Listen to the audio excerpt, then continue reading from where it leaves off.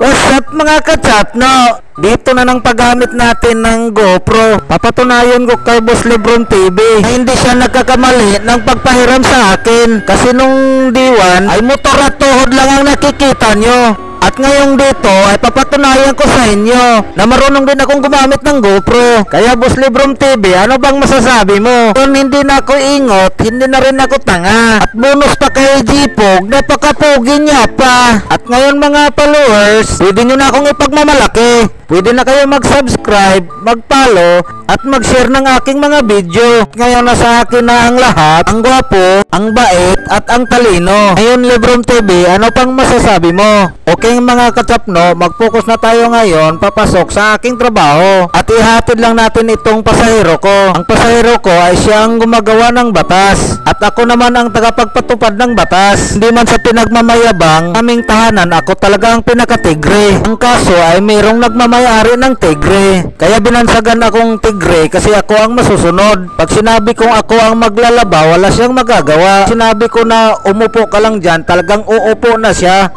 Sana ay samahan nyo ako simula sa umpisa hanggang sa ako ay makilala. Kung gusto nyo talaga na ako ay mas makilala pa, ano pa ang hinihintay mo? Subscribe na, follow, like, and share. Dahil pinapangako ko sa inyo, dadagdagan ko pa ng ekstrang pagsisikap hanggang sa makamit ko ang mga pangarap ko. Shoutout din pala sa mga kasama ko na kapwa ko nag-uumpisa pa lang, na sina Jack Vlog, Dins TV Vlog, at Ejerjer TV, at sa aming boss na si Lebron TV. Shoutout sa inyo. Maraming salamat talaga sa iyo, Boss Lebron TV, dahil hindi ka nawalan ng pag-asa na tumulong sa amin.